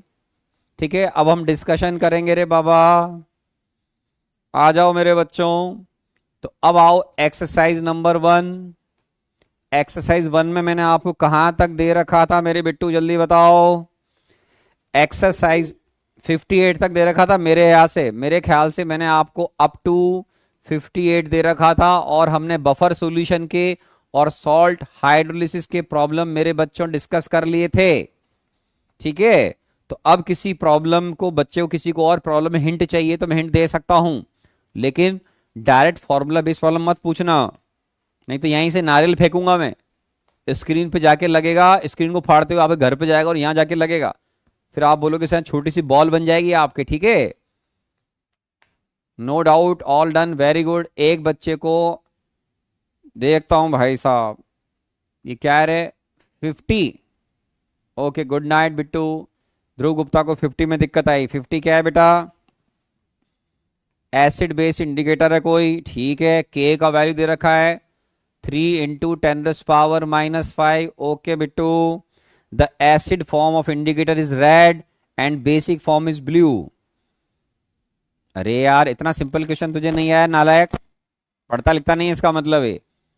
अब देखो एसिड इंडिकेटर का जो बात है, मान लो वो है आपका सिंपल इंडिकेटर HIN, ये कन्वर्ट हो रहा है H+ और IN- में, इसकी एसिडिक फॉर्म है मेरे बच्चों रेड। ठीक है, ये फॉर्म है इसकी ब्लू, बहुत बढ़िया। तो आप चाहते हो कि 75% रेड से, तो केस वन में ये 75%, ये 25%, केस 2 और चेंज करोगे तो ये 25% और ये 75%। ठीक है, तो कितनी सिंपल मैथ्स है ध्रुव, तुम कब पढ़ाई करोगे मेरे बच्चे, कब पढ़ाई करना शुरू करोगे, अक्ल लगाओ यार। जेई एडवांस छोड़ो, जेई मेन के लायक क्वेश्चन है वो। तो यहां पर क्या करोगे, PKIN या PH बोल दूं आपको, आपने जो याद कर रखा है, के एसिड का दे रखा है, तो इसका मतलब आपको PKA या PKIN दे रखा है इंडिकेटर का।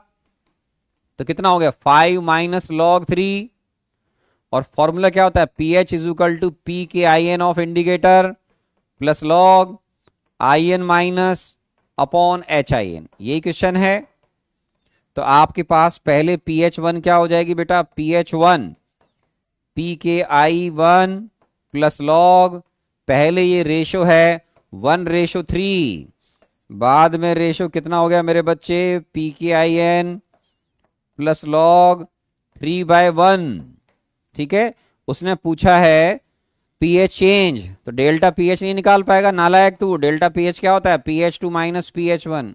नहीं निकले तो दिक्कत वाली बात है, दिमाग ही नहीं काम करता है बेटा तेरा। तो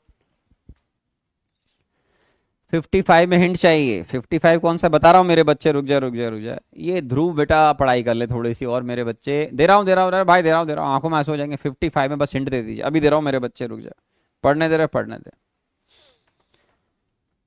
55 रे मेरे बच्चों, कौन सा है ये 55? यस, 55 में क्या हो रहा है,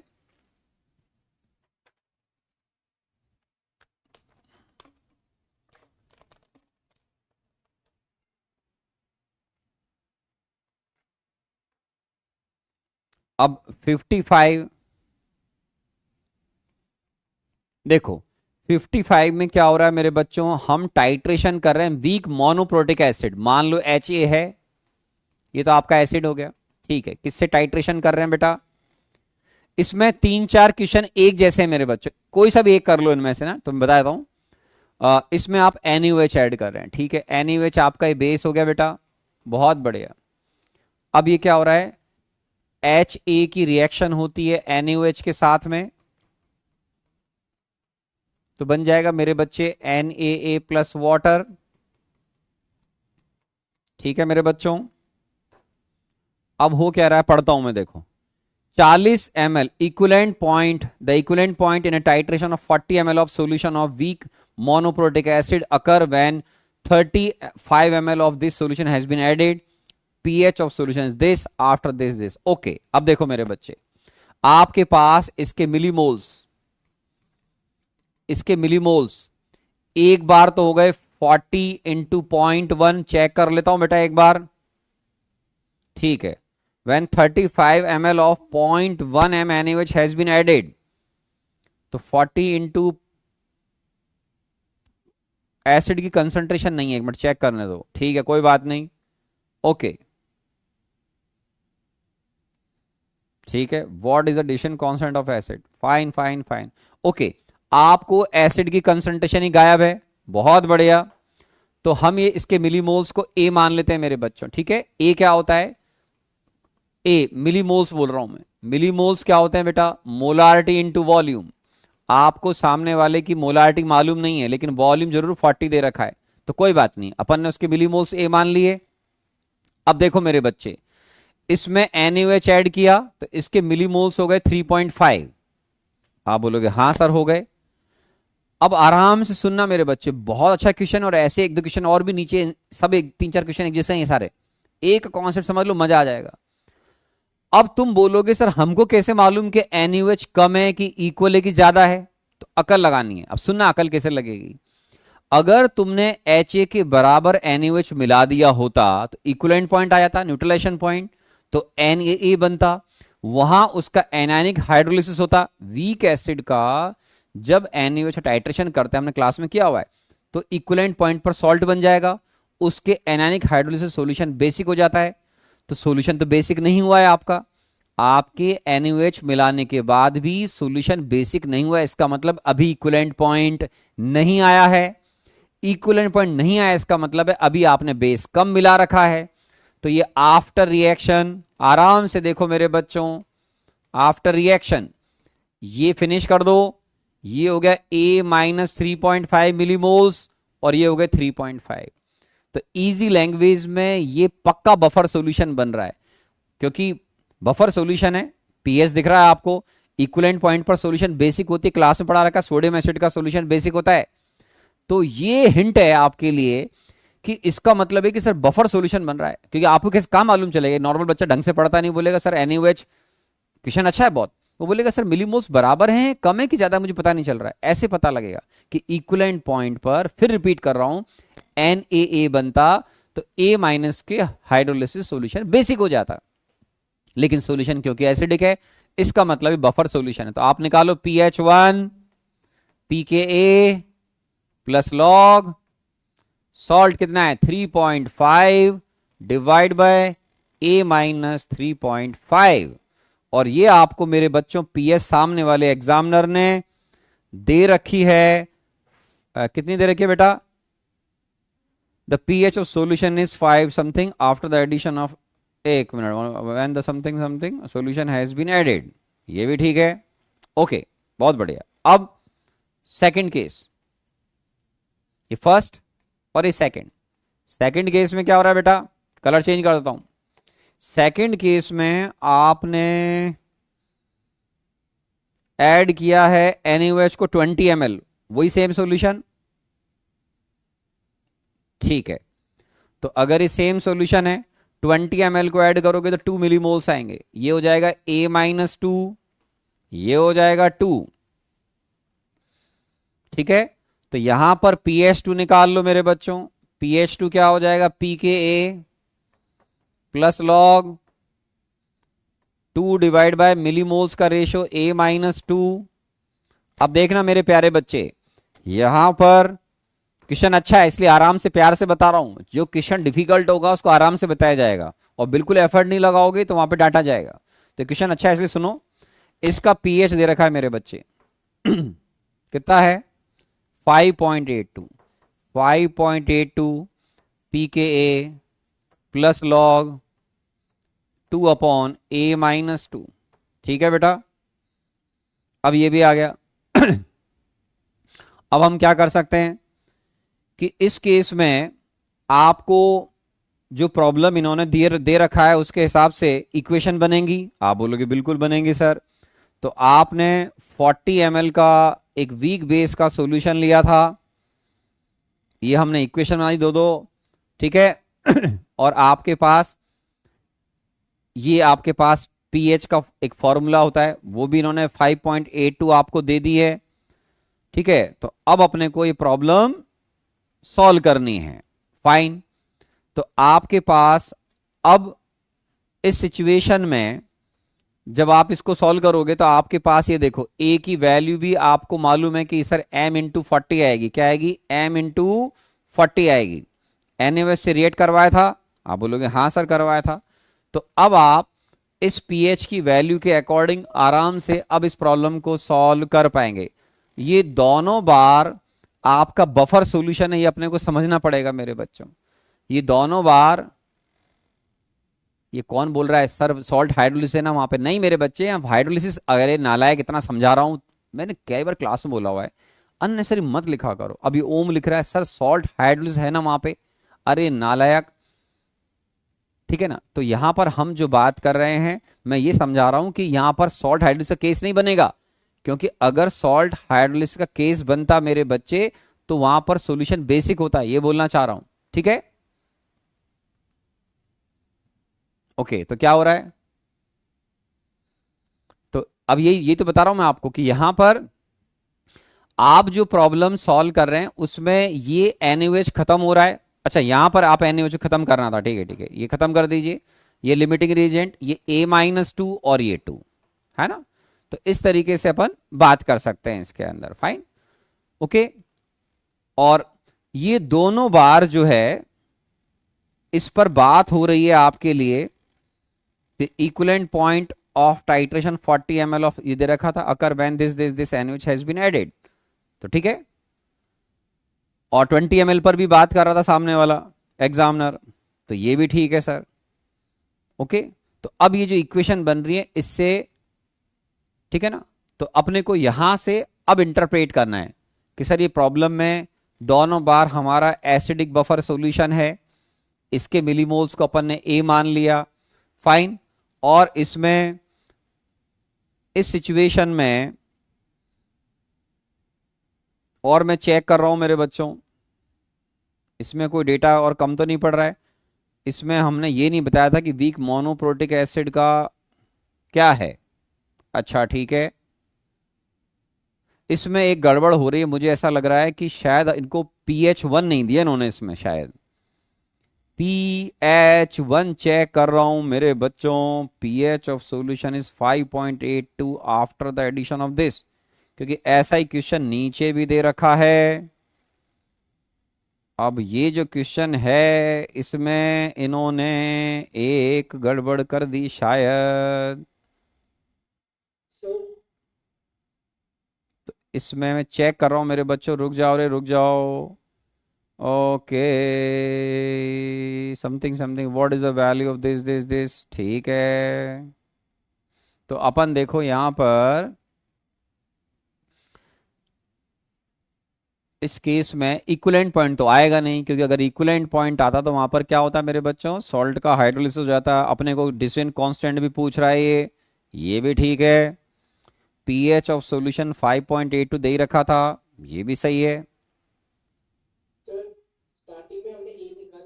अब बेटा एक सेकंड रुको, मैंने यहाँ जो इक्वेशन लिखा हुआ है ना, तो ये जो पार्ट चल रहा है इसमें अपने पास ए जो है, ओ सॉरी सॉरी सॉरी सॉरी, ए जो है मेरे बच्चों, एक सेकंड में डेटा चेक कर रहा हूं, ये ए -3.5, तो अपने पास इसके 3.5 आ गए, ए -3.5 हो गया, ये भी ठीक है। अब इसमें हमारे पास सामने वाले एग्जामिनर ने, मैं चेक कर रहा हूं बेटा डेटा, एक मिनट पढ़ लेने दो ढंग से।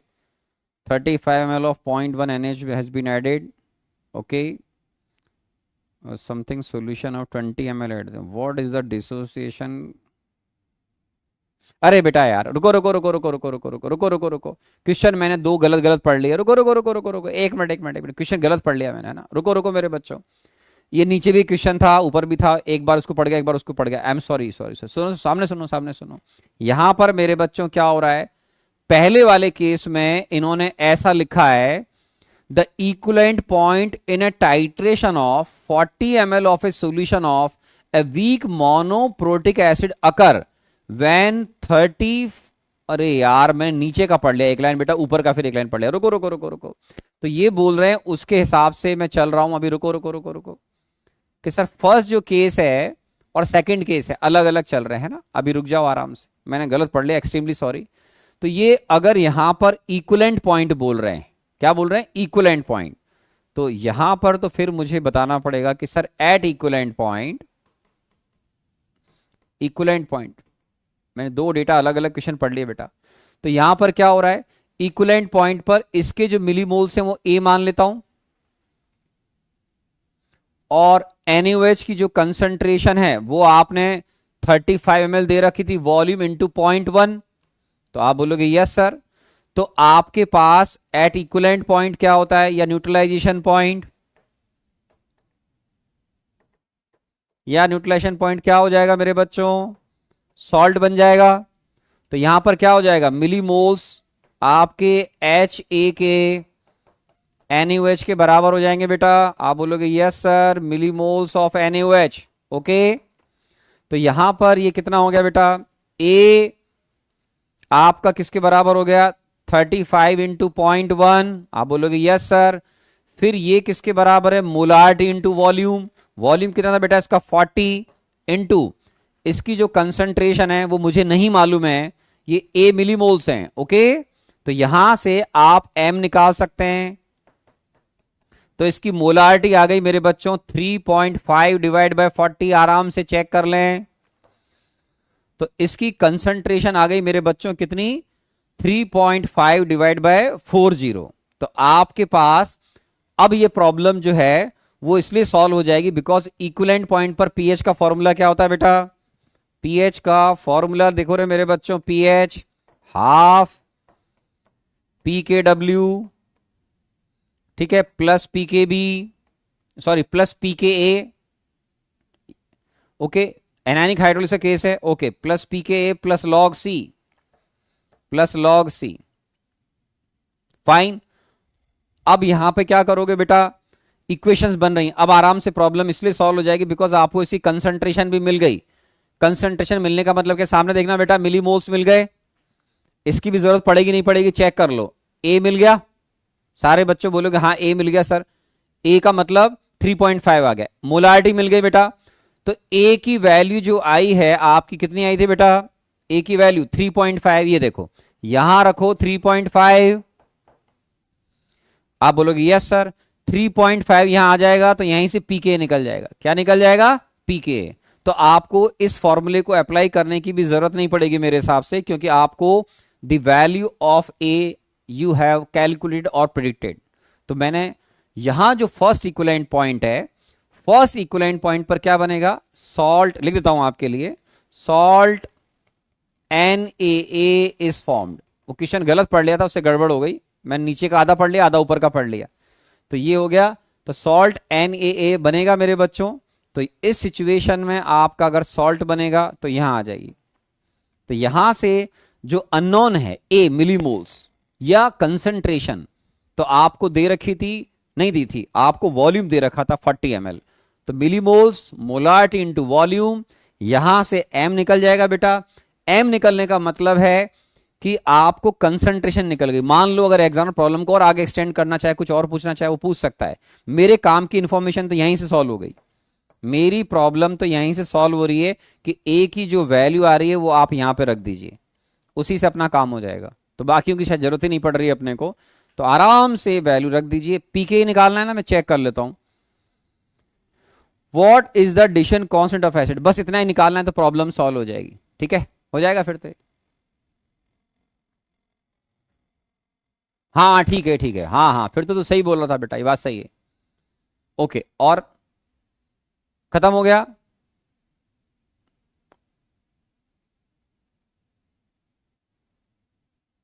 सर कृपया करके शीट में परसों की संख्या बढ़ा दें। ठीक है, तो मेरे बच्चों 58 तक हो गए सारे प्रॉब्लम। अब आपको एक्सरसाइज नंबर 2 में कोई होमवर्क दे रखा है क्या, मैंने जल्दी बताओ। क्वेश्चन बैंक में कहां तक दे रखा है मेरे बच्चों, बताओ रे, कहां तक बेटा। ओके, तो आप इसमें अब सॉल्व कर सकते हैं अप टू, बता रहा हूं देखकर बेटा, जो आज पढ़ाया उसके बाद।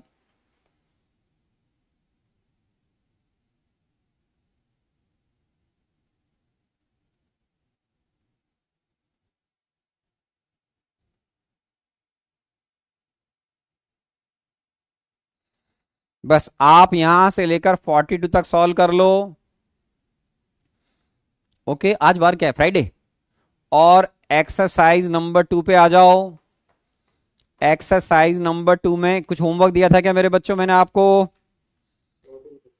और एक्सरसाइज नंबर 2 में होमवर्क दिया था क्या बेटा, क्या दिया था। अपन इसमें 1 to, very good very good very good. तो सारे बच्चों ने अब तक सॉल्व कर लिया होगा, तो 5 से 14 कर लेना और क्वेश्चन बैंक में यहां तक कर लेना। इतना होमवर्क काफी है। मैं कोशिश कर रहा हूं आराम से, कोई जल्दबाजी नहीं करता। तो अपना अगले 2 लेक्चर में आई होप कि ये अपना चैप्टर खत्म हो जाना चाहिए, ठीक है ना। तो अगले 2 लेक्चर में, आज फ्राइडे हो गया, मंडे एंड वेनसडे बाद फिर क्लास ऑफ कर देंगे। सर काफी है होमवर्क, ठीक है बेटा, ठीक है, समझ गया मैं ना। चलो ठीक है, हाँ और बताएं कुछ। अच्छा, क्वेश्चन बैंक में 34 बेटे, अगली क्लास में बता दूंगा अभी। या अभी बताऊं, टाइम बच रहा है क्या, टाइम है तो बताता हूं, रुक जाओ। The range of most suitable indicator which should be use for titration of this SCl use, के भी दे रखा है। तो ठीक है, तो आपको क्या करना पड़ेगा बेटा, इक्विवेलेंट पॉइंट पर, या इनका जो पॉइंट आएगा 34 क्वेश्चन बैंक, इसमें मेरे बच्चे तेरे को इस पॉइंट पर क्वेश्चन बैंक, तो आपको बेटा क्या करना पड़ेगा, पीएच निकालनी पड़ेगी। तो पीएच में क्या हो रहा है, ये सॉल्ट है Na+X-, ये आपका HCl से रिएक्ट कर रहा है बिट्टू, तो वापस ये HX + NaCl बन जाएगा। जैसे मैंने क्लास में सिखाया था, सोडियम एसिटेट में अगर आप एसिल मिलाओगे मेरे बच्चे, तो क्या बन जाता है वापस, एसिटिक एसिड, तो वापस ये HX बन गया, ठीक है। और आपको ये मालूम होता है Ka ऑफ HX और Kb of X- Bittu Kw के बराबर होगा, ये 10⁻⁻14। Ka ऑफ HX यहां से चाहो तो निकाल सकते हो मेरे बिट्टू, 10⁻⁻6। सो के ऑफ एच एक्स हो गया 10⁻⁻8। ठीक है, अब तुम क्या करोगे, इन दोनों के रिएक्शन में मिलीमोल्स बराबर है, टाइट्रेशन करोगे तो एट इक्विवेलेंट पॉइंट क्या हो जाएगा बिट्टू, इसके 10 इंटू 0.1, बिकॉज दोनों की कंसंट्रेशन बराबर है तो इसका वॉल्यूम भी सेम आएगा।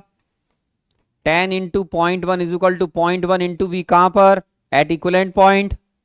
तो वी भी तुम्हारा कितना आ रहा है बेटा, 10 ml। तो मेरे पास इक्विवेलेंट पॉइंट पर ये सॉल्ट बन जाएगा जिसके मिलीमोल्स आएंगे 10 इंटू 1, ये क्या है, मिलीमोल्स। ठीक है, जैसे हमने क्लास में सोडियम एसिड के सॉल्यूशन में HCl मिलाया था। ओके, तो अब तुम क्या करना, इस HX की कंसंट्रेशन निकाल लो। वीक एसिड है, millimoles divide by total volume कितना हो गया बेटा, 10 + 10 20 ml। 10 ml NaX का और 10 ml इसका किसका आ जाएगा, HCl का। अब क्या करोगे, अब आपके पास एक वीक एसिड है 1/20.05 चेक कर लो कंसंट्रेशन के, ये रहा बेटा। वीक एसिड का अल्फा नेग्लिजिबल आएगा, पीएच जाएगी half pKw pKa minus log C, या फिर आपने ये सीख रखा हो और H + N = √K × C। ठीक है, जो भी आपको याद हो उससे पीएच निकाल लो। फिर मैंने क्लास में सिखा रखा है उस पीएच के आसपास कौन सा इंडिकेटर अपना कलर चेंज करेगा, वही आपका आंसर होगा। समझ में आ गया शौर्य, समझ में आ गया बेटा। पहले हमको इस वीक एसिड बनेगा ये मालूम होना चाहिए, इसका वॉल्यूम निकालिए 20 ml, 10 ml पहले से इसका था, 10 ml इसका ऐड करना पड़ेगा क्योंकि इक्विवेलेंट पॉइंट पर दोनों के मिलीमोल्स बराबर होंगे। यहां से मैंने HX के जो कंसंट्रेशन आएगी वो निकाले, millimoles divide by total volume. अब इस सॉल्यूशन की पीएच आ जाएगी, तो ये इक्विवेलेंट पॉइंट पर पीएच आ रही है, कहां पर आ रही है, ब्रॉन्स्टैंड-लोरी के हिसाब से ये हमारा जो इक्विवेलेंट पॉइंट है उस पर पीएच आ रही है एट इक्विवेलेंट पॉइंट। अब सबसे अच्छा इंडिकेटर वो होगा जो इस पीएच रेंज के आसपास अपना कलर चेंज करेगा। ठीक है, समझ में आ गया। चलिए आज के लिए काफी मेरे बच्चों, तो अपना एक्सरसाइज नंबर 1 डिस्कशन हो गया। क्वेश्चन बैंक और ये वाला पार्ट अपन नेक्स्ट क्लास में डिस्कस कर लेंगे। ठीक है, थैंक यू वेरी मच, खुश रहो बच्चों, पढ़ते रहो। 54 और 57 का सेम तरीका से करना है। हाँ चेक कर लेता हूं बेटा, 1 मिनट। हाँ बेटा, बिल्कुल बिल्कुल बिल्कुल, very good very good very good. ठीक है सर, दिवाली से पहले आप हॉलीडे दोगे? यस, मैं केवल 2 क्लास मैक्सिमम, मंडे और वेनसडे के बाद मेरी दिवाली तक छुट्टी रहेगी। कितना है, 18 से 26 तक छुट्टी रहेगी, डोंट वरी। ठीक है, तो मैं 2 क्लास और लूंगा, अब उसमें अपन चैप्टर को फिनिश करेंगे। Okay, thank you very much.